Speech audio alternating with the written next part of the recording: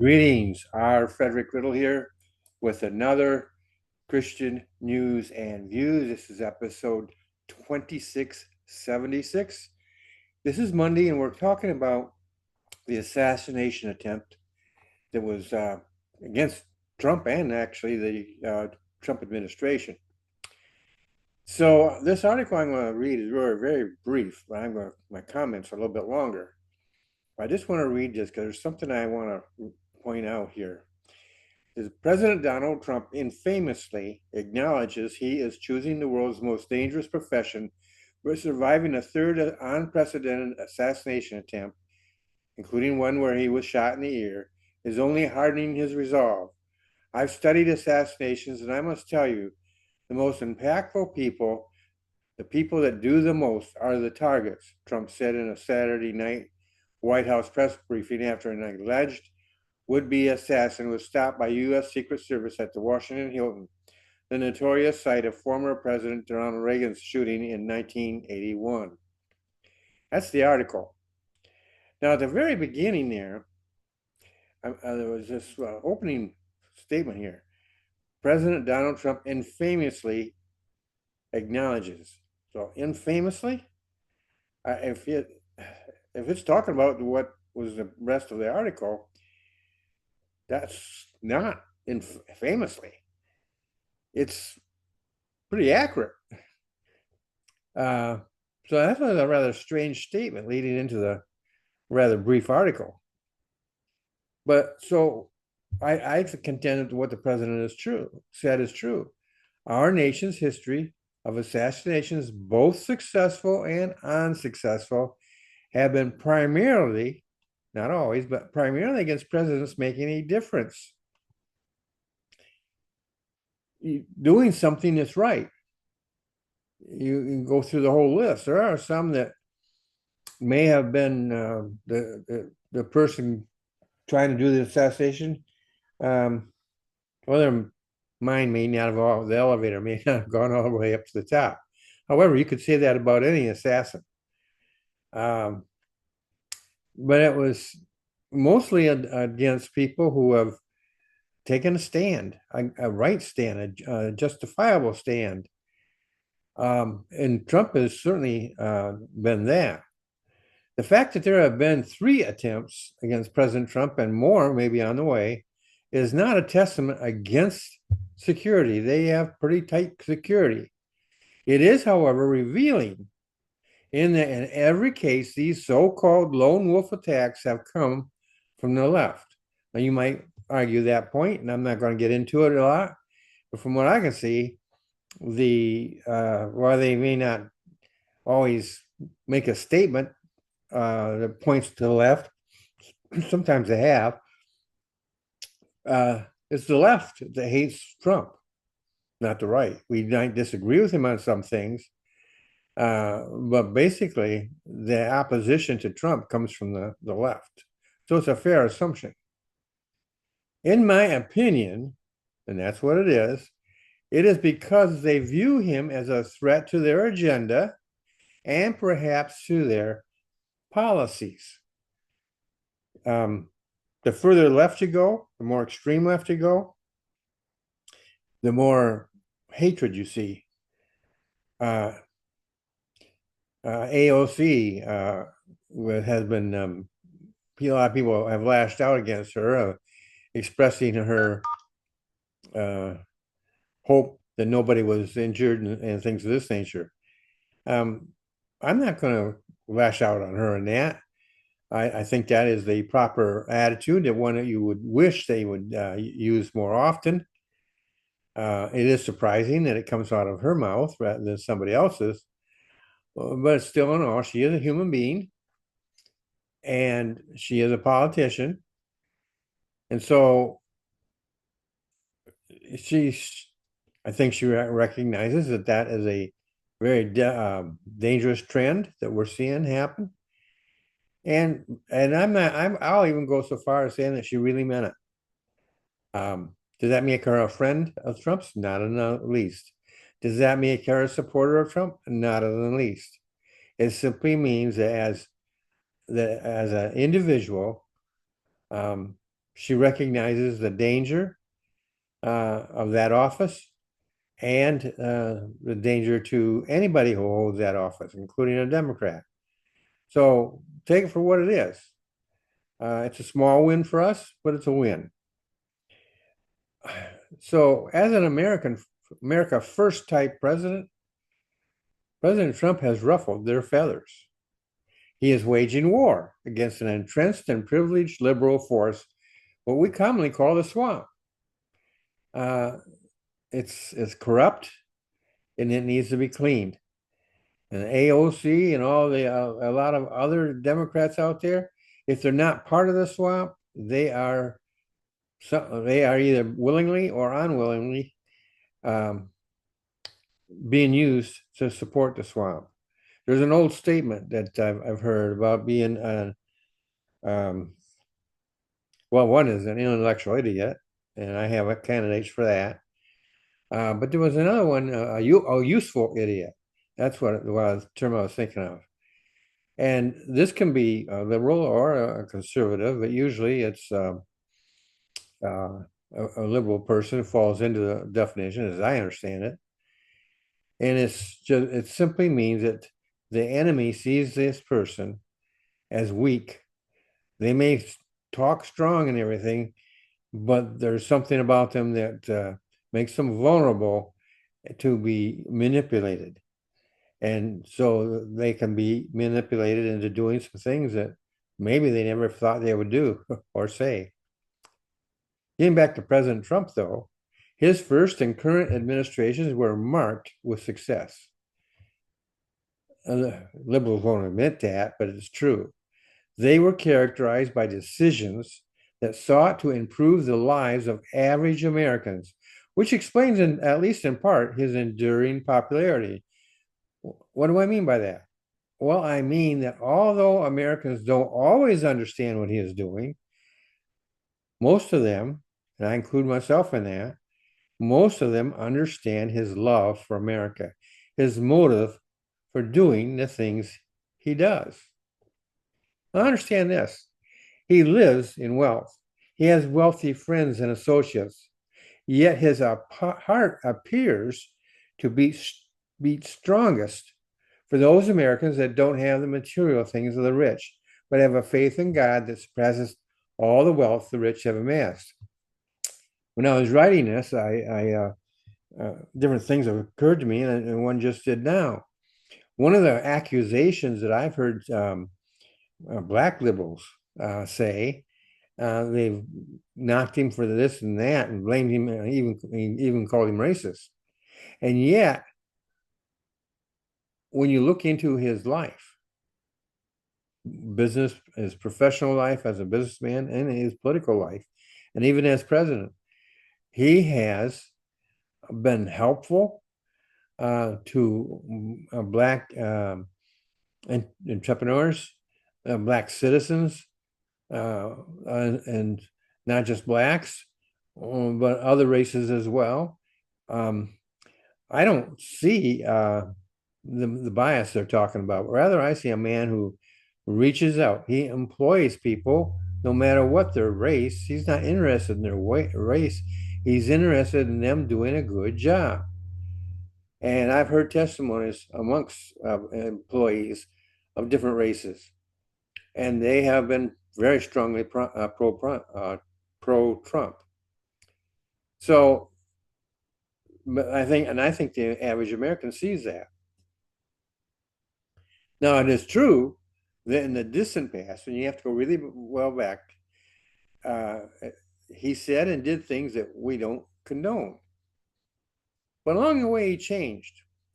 I don't know when it happened. I believe there came a day when he got saved. Now, does he cross his T's and dot his I's? Let me rephrase that. Does he cross his theological T's and his theological dot his theological I's like me? Not necessarily. We don't agree on everything. But I believe that he did get saved. Does he walk a path that I would approve of 100%? No, but then again, I don't walk a path that I is 100%. And nor do you.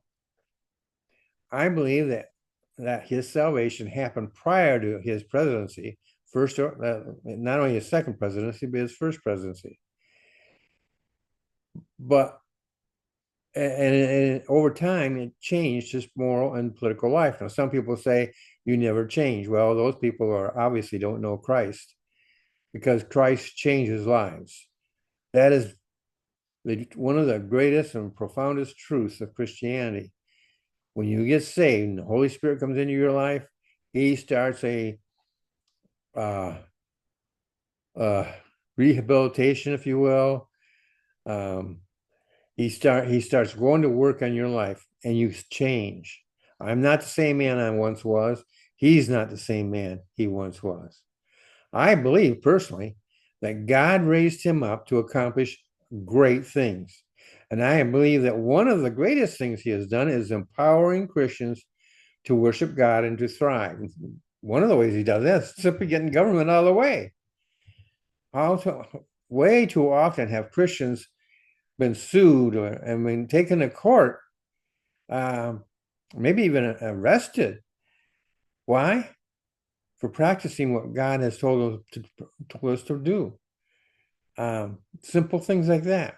Gets into the court system, and then we fight and fight, fight. Finally, we get up to the Supreme Court, and the Supreme Court would say, "Whoa, what are you doing?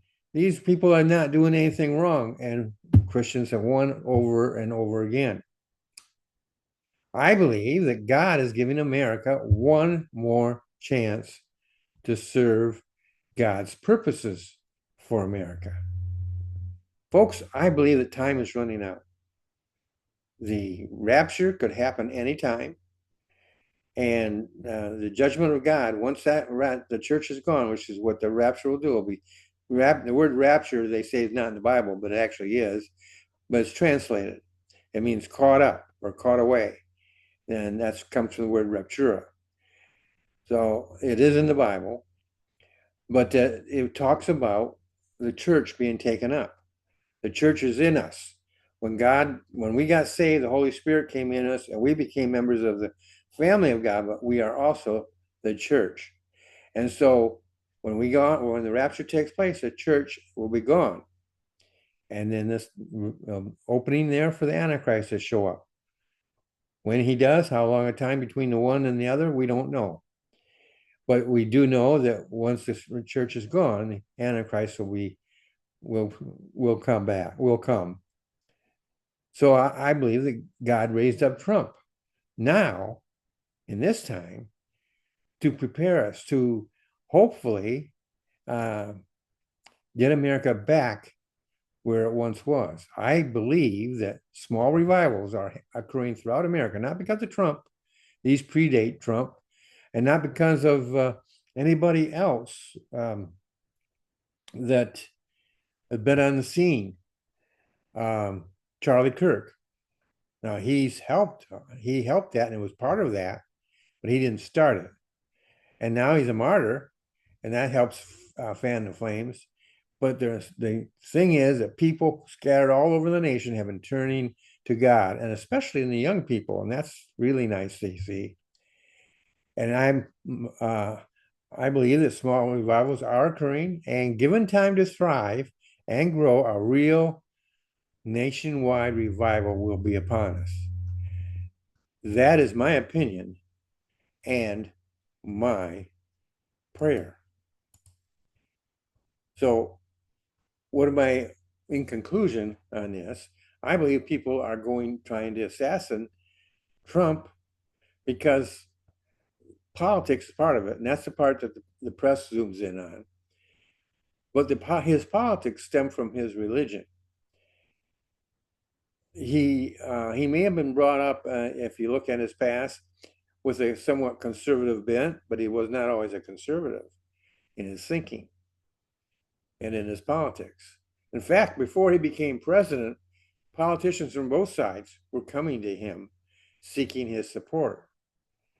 He is a populist, and that doesn't mean he went like this to see which way the wind is blowing. he is a conservative populist or populist conservative, however you want to term it.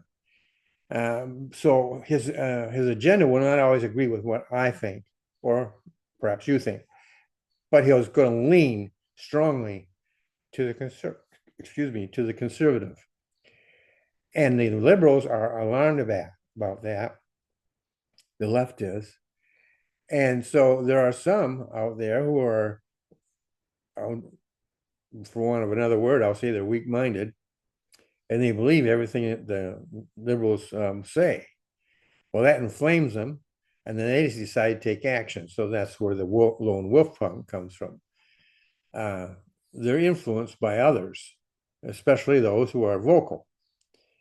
And so the left is opposed to anything, and especially they're opposed to Christianity, although they may claim to be Christians themselves. So the thing is that we have a president who has really gotten the government out of the way and is allowing us, the Christians, usually we talk about heartland America. That's where the Christianity is its strongest, but it's also strong in other areas. But God is the one that they're really opposing, not just revival, but God himself.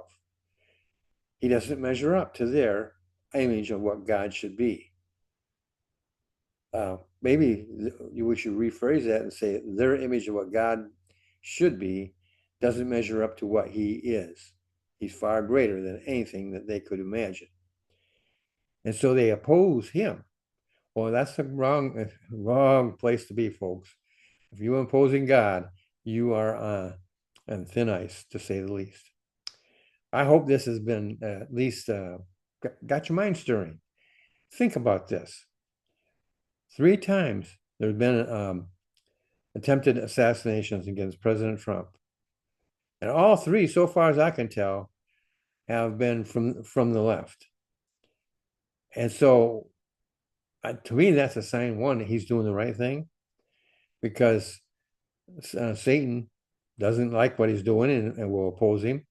The people who on the left oppose him, and some of them are vocally violent, which leads to others who are physically violent.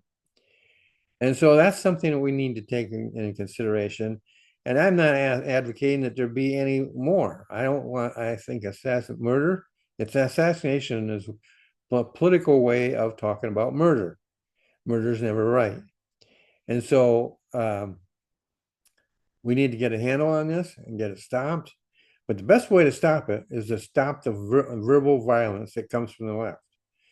Some verbal violence comes from the right, but most of it by far, the most of it comes from the left. And I think that's part of their agenda. They like to stir the pot. They like to get under your skin and cause you to say things that you will regret to say. But I think that hopefully this has given you something to think about. And if you disagree with me, fine. Leave it in the comments, but keep it clean, keep it nice.